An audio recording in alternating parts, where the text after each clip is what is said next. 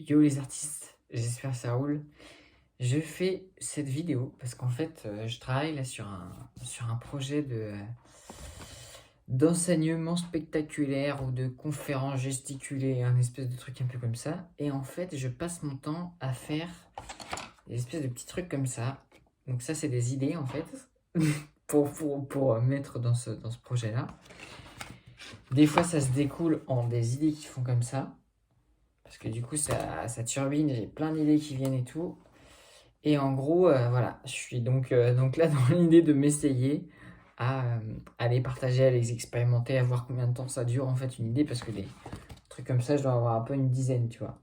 Et du coup, j'ai envie de, voilà, de m'évertuer à partager ce petit ticket qui parle aujourd'hui de euh, l'arc-en-ciel, l'arc-en-ciel des formes. Donc, vous pouvez voir qu'il y a ce beau petit visuel là qui vous remet les idées à côté et que je vais utiliser pour cette expérience de ticket d'exposé de partage. Donc là, le sujet du jour, même si la conférence s'appellera De rameur d'amour à surfeur heureux, un an dans le maillot de bain d'un artiste, ou alors, autre titre possible, La vague audacieuse.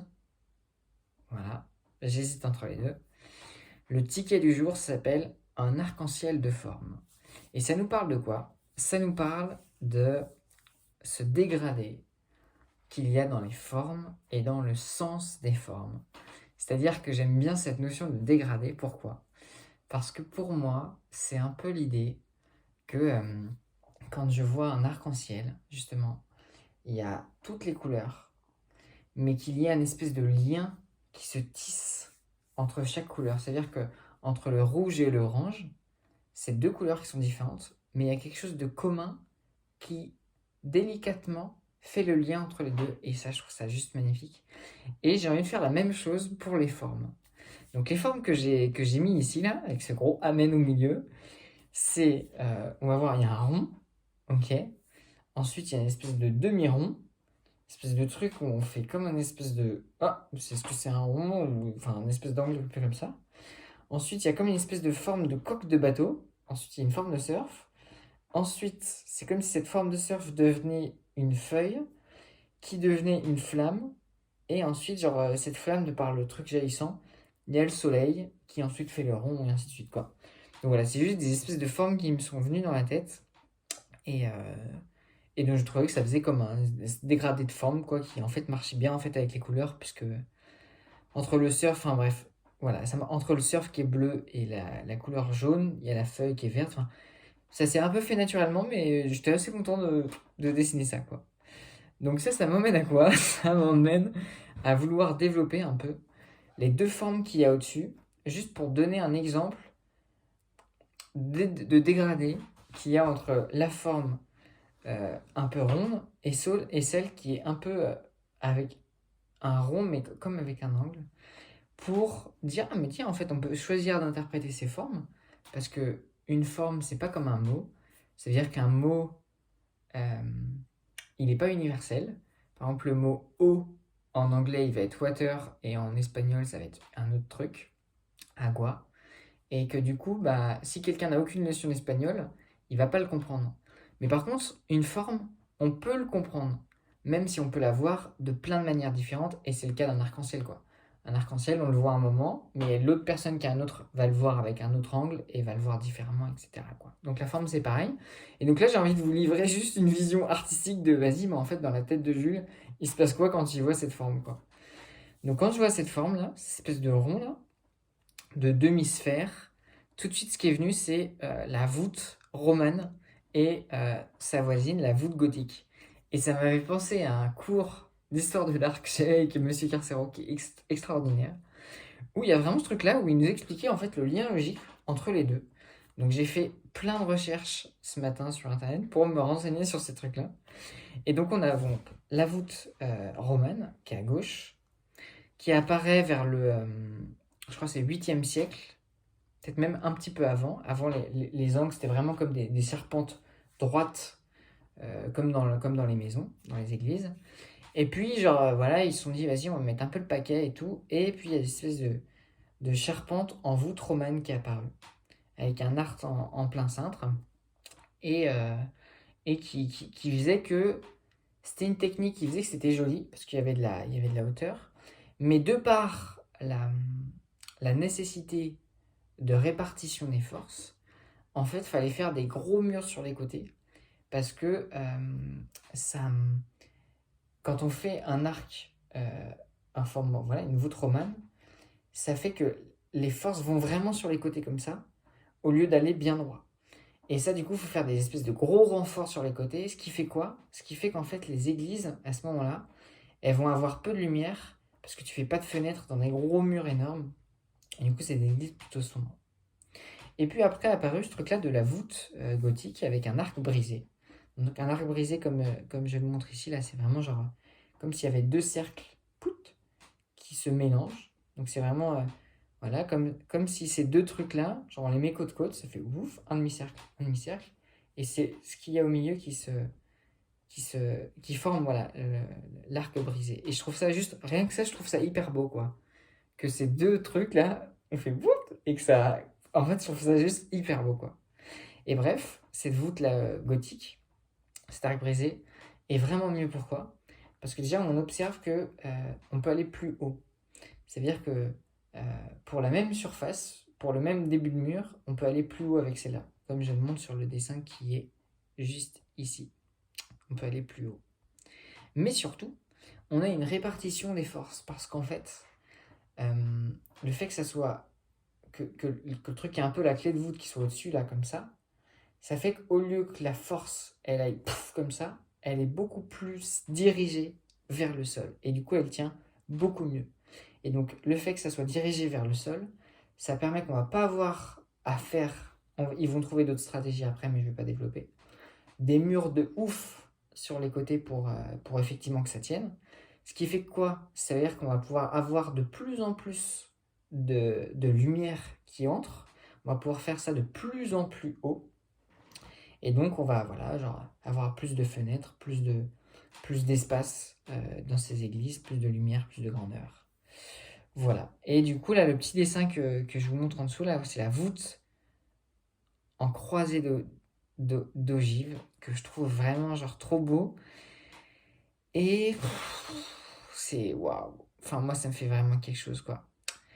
Et en dessous, là, j'ai juste noté un truc qui est trop beau, c'est-à-dire que dans l'évolution, en fait, de ces voûtes romanes et de ces voûtes gothiques, de ces voûtes en berceau, là où ça faisait vraiment tout, et après cet endroit où il y a des voûtes croisées en ogive, ce qui fait que ça rend le bâtiment beaucoup plus autonome. Si ça se pète la gueule, bah, en fait, ça tient un peu. C'est pour ça que la cathédrale Notre-Dame de Paris, elle s'est pas tout effondrée d'un coup. C'est vraiment les zones qui ont été touchées qui sont parties, mais ça n'a pas tout mené dans leur choc parce qu'en fait, une voûte croisée en ogive, vu que c'est réparti sur la force est répartie sur euh, ouais, on va dire trois poteaux qui la rendent stable, et bien ça fait que elles sont autonomes en fait. Chaque voûte est autonome l'une de l'autre. Voilà. Et donc en fait, ce qui est trop beau, c'est que dans cette évolution, en fait, ça intègre ce qui pour moi est la base d'un processus évolutif. Ça va être, et là je fais un petit clin d'œil à mon pote Jérémy, même si, enfin, je transforme à ma sauce, quoi, mais il y a des choses où il m'a grandement inspiré. Jérémy Bémont, c'est l'endroit où il y a le désir. C'est-à-dire qu'à un moment, il y a un mec, comme je l'ai noté quelque part, ouais, c'est ça, c'est l'abbé Sugère, qui était un évêque d'un bled à Paris, qui dit vas-y, mais en fait, on va faire des nouvelles cathédrales. C'est un peu, tu vois, à l'ancienne, en mode à celui qui a la plus grande, tu vois, sauf que ça, c'est la taille des cathédrales, tu vois. Et il se dit, vas-y, on va refaire, on va demander aux architectes des cathédrales de faire des trucs encore plus hauts, plus lumineux, quoi. Donc lui, il a vraiment cette volonté, ce désir, c'est vraiment ça, moi j'appelle ça l'intention, mais ce désir de, maintenant on veut des églises, des cathédrales plus hautes, avec plus de lumière dedans, donc débrouillez-vous, quoi. Donc il y a ce désir, il y a en même temps genre les contraintes exactement comme on a dit de structure, de force, de répartition de ces choses-là, qui fait que bah, si t'es trop gourmand en fait dans ton désir, le truc se pète la gueule et c'est pas le désir. Et la pratique. Et dans ce que je trouve qui est magnifique dans le terme de la pratique, c'est que comme quand on apprend un truc, donc par exemple en ce moment j'apprends le surf, mais ça marche quand on apprend le dessin ou quoi que ce soit, c'est vraiment la pratique qui est la clé de l'apprentissage, donc qui est pile poil le pont entre le désir et la contrainte, tu vois. Là, il y a la pratique, il y a le désir qui dit moi je veux, et il y a la réalité qui fait ok, bah, tu as ça. Et ça produit une espèce de cycle où on a le désir qui nous emporte et on a la réalité qui nous ramène de l'information, ce qui nous fait progresser, quoi. Un peu comme vous savez, dans les Pokémon, tu vois, genre il y a les XP, bah là c'est vraiment pareil nous, dans notre vie, quoi. C'est vraiment genre l'expérience qui fait que bah, ça glow up, quoi. Et donc ce mec là, genre, euh, qui nous permet, voilà, l'abbé suggère, tu vois, il dit vas-y, on va en faire des plus grosses et plus hautes et plus lumineuses. Et donc les bâtisseurs, ils sont en mode au taquet, tu vois. Ça se fait pas comme ça, tu vois, mais dans l'idée, c'est ça. Et à force d'essais, d'erreurs, d'expériences, et surtout de passage de plans, ils arrivent à monter à des trucs absolument invraisemblables en 600 ans, quoi. Entre les, les, les chapelles, les églises, les cathédrales du 12e et celles du 16e, mais un bond énormissime, quoi. Ça n'a rien à voir en termes de hauteur, enfin, ça n'a rien à voir. Et en fait, ce qui est hyper beau, c'est que les bâtisseurs en fait se passent les plans. C'est-à-dire qu'ils vont se concentrer, ils vont se focus sur une cathédrale, d'autres sur une cathédrale. Ils vont se checker, ils vont dire voilà, nous on a fait comme ça, ils vont se passer les plans. Et là, je trouve qu'il y a un truc d'organique qui est hyper beau et qu'on peut voir à plusieurs échelles, quoi. À l'échelle collective, là, avec ces bâtisseurs qui sont au taquet, genre qui se passent les plans, qui font des petites moissons, quoi, petits feedbacks de comment ça s'est passé pour eux et tout. Et on a effectivement aussi l'idée de voir que c'est aussi ce qui se passe en nous. Tu vois, moi, quand je me mets à faire du surf, je suis sûr que dans mon cœur, dans mon corps et dans mon esprit, je prends une vague, je me vautre. Il y a tout un tas d'informations qui ont été produites de cette expérience, qui revont dans mon corps, dans mes pieds, dans mes jambes, dans mon cerveau, qui permettent de dire, voilà, tu vois, quand tu es un peu en arrière, il se passe ça. Quand tu es un peu en avant, il se passe ça. Quand tu prends la vague, à ce moment-là, il se passe ça. Et c'est comme ça qu'on progresse, quoi. Et donc ce truc-là de se passer les plans, je suis sûr que c'est ce qui se passe à l'échelle cellulaire, neuronale et tout en nous, quoi. Donc c'est vraiment ce truc de la forme, la compréhension des formes, là juste c'est l'exemple, tu vois, de l'évolution de ces deux voûtes, tu vois, nous permet de comprendre ouais, un truc de bien plus profond, quoi. Un, un truc du sens de la vie, quoi, du sens du sens de l'évolution, quoi. Et, euh, et voilà, quoi. Donc tout cela, ça nous donne un peu les petits ingrédients, comme je l'ai dit tout à l'heure, pour jouer, pour grandir, pour évoluer, à faire des choses qui vont, un, en direction de notre désir, deux, qui effectivement genre, font appel à des contraintes. Pareil, quand je surfe, j'ai la contrainte de la vague, j'ai la contrainte de l'équilibre, j'ai la contrainte des forces qui se jouent, j'ai ma contrainte physique, et effectivement ce truc de plus je pratique, et plus j'évolue dans mon truc, quoi. Et ça nous rappelle à ce jeu-là, on peut le jouer dans les constructions des cathédrales comme ils font les mecs, dans l'expérimentation d'une conférence comme je suis en train de faire, tu vois. Là, je suis en train d'essayer, je vois tous les endroits où je me dis, mais Jules, mais tu dis n'importe quoi, tu vois, où tu peux l'amener mieux et tout ça. J'ai tout un tas de trucs qui viennent. L'endroit où j'ai du désir, de la joie, et l'endroit où j'expérimente. Et voilà, je peux le voir aussi dans mon art. Et là, ce que vous voyez en dessous, c'est la même forme, mais révélée à travers des structures différentes, c'est à travers des surfs. C'est-à-dire qu'on a vu, il y a quoi? Il y a ces deux formes, où à gauche on a le rond, et à droite on a l'espèce d'avant de bateau, et avec ce truc entre, voilà, genre, comme une voûte romane où ça fait whit, et l'autre ça fait comme une voûte gothique, quoi, en mode arc brisé. Whit. Sauf que là, c'est un peu comme les surfs, tu vois. Et en fait, ce qui est marrant, c'est que en faisant ce dessin, je me dis, putain, c'est ouf. Dans l'évolution des surfs, c'est pareil. C'est-à-dire que quand tu vois les surfs hawaïens, tu vois, genre à l'ancienne et tout, tu vois des planches de bois avec un bout rond. Et quand tu vois les boards maintenant que les gens utilisent, tu vois, pour faire de la compète et tout, tu vois vraiment genre ce truc hyper aiguisé à la fin, tu vois, genre comme un poisson assez rapide, tu vois, genre vraiment pour avec cette dynamique et tout. Et je me suis dit, ça c'est rigolo parce qu'en fait, ça nous rappelle à un truc philosophique que j'aime trop, qui est un philosophe qui parlait voilà, du beau du vrai. Et en fait, pour expliquer la notion du beau du vrai, tu vois, il y a plein de notions du beau, tu vois, il y a la notion du beau, du grand, un peu comme à Kant, tu vois, où tu vois un paysage, t'es saisi par ça, tu vois. Et là, il parlait du beau, du vrai, il dit, mais c'est fou, genre, il y a des trucs, tu trouves ça beau, mais ce beau n'est pas le fruit d'un choix arbitraire, mais juste d'un processus naturel qui fait qu'une forme va être juste rendue la plus utile, tu vois. Et je pense, tu vois, genre, lui donner l'exemple, tu vois, genre des avions, tu vois. Il dit, mais moi, je trouve les avions beaux. Je trouve qu'un avion, ça a une forme qui est belle, tu vois. Et effectivement, genre, la forme d'un avion, elle est taillée pour voler, elle est taillée pour fendre l'air. C'est pareil pour un bateau et tout.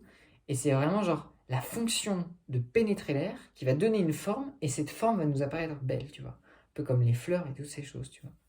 Et je trouvais ça beau, cette notion de beau, du vrai, c'est l'utile qui va donner une forme, qui va nous mettre en joie, on va se dire waouh, mais ça c'est beau quoi. Comme tout ce qu'il y a dans la nature, tu vois, des arbres, des fleurs et tout, tu vois. C'est parce que ça a une fonction utile pour l'organisme qui fait que nous on va se dire, enfin, qu'on la trouve belle, tu vois. Et du coup, je me suis dit, ah, c'est rigolo parce que la fonction de ces deux trucs-là, peut-être que pour le premier surf qu'on voit à gauche avec un bout rond, il y a peut-être ce truc de, ok, bah en fait, peut-être que celle-là, elle est moins dangereuse, tu te la prends dans la gueule, tu vois, parce qu'il n'y a pas le pic, tu vois. Peut-être c'est un peu ça la fonction. Ou alors, le fait que ça soit rond, ça fait qu'il y a plus de surface, du coup, plus de figures possibles, tu vois. Et à l'inverse, celle de droite, elle est peut-être plus légère, peut-être qu'elle fend mieux l'eau, enfin, tu vois, je sais pas quoi. Mais ça m'a ramené à une réflexion de. C'est rigolo parce que dans ces trucs-là, genre, à l'ancienne, les planches de surf étaient genre hyper longues. Et maintenant, genre, c'est plus les shortboards, tu vois, genre quand t'as un certain niveau, qui sont petites. Même s'il y en a des longues qui se font. Et ça m'a donné l'idée de waouh, c'est ouf parce que c'est comme s'il y avait une opposée entre plus de. C'est comme si la forme nous révélait un opposé entre il y a plus de surface et il y a moins de surface. Par exemple, les petites planches, c'est moins de surface, c'est des shortboards. Mais du coup, le fait que ça soit moins de surface, ça permet de faire des manœuvres beaucoup plus rapides. Vous voyez, un peu comme les canoës-kayak. C'est-à-dire qu'un canoë-kayak, un coup de pagaie, pouf, le truc, tu fais un demi-tour, tu vois. T'as expérimenté ça, tu vois. Là où un paquebot, un truc long, grand, bah tu vois, genre le Titanic, tu vois, il a morflé, c'est pour ça, tu vois. Parce que y a l'iceberg qui arrive bientôt, lui, il a tellement de masse, d'inertie et d'amplitude, qu'en fait, il peut pas tourner comme un kayak, tu vois. Du coup, je me suis dit, ok, plus à petite surface, plus on est dans cette dynamique, tu vois, de fendre, plus on est dans une dynamique de vitesse, de performance et tout. C'est la forme qui nous révèle ça.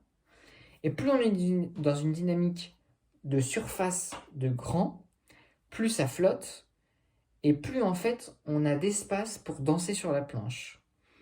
Et là donc, dans le premier à droite, avec les shortboards, ça va être la recherche de la performance, de la rapidité, du dynamisme, de la réaction de la planche. Et l'autre, ça va être plus la planche sur laquelle on va pouvoir danser. Et ça m'a révélé, et on va conclure sur ça, avec cette notion, tu vois, de ces deux bouts, comme on a vu au début, cette espèce de voyage dans le dégradé des formes, où là on s'est focus juste sur deux formes l'une avec l'autre, du rond, et l'autre, tu vois, comme une balle, tu vois, ou comme un bateau, tu vois. Ce qui fend et ce qui accueille, tu vois. Et je me suis dit, ouais, c'est un peu comme ça, tu vois, genre, une shortboard, il y a un peu ce truc où c'est la personne qui danse, enfin, non, une longboard, donc une planche de surf long, c'est vraiment la personne qui danse avec grâce sur la planche, c'est la personne qui est mobile, là où l'autre, elle fait corps avec la planche, et c'est la planche qui danse, tu vois.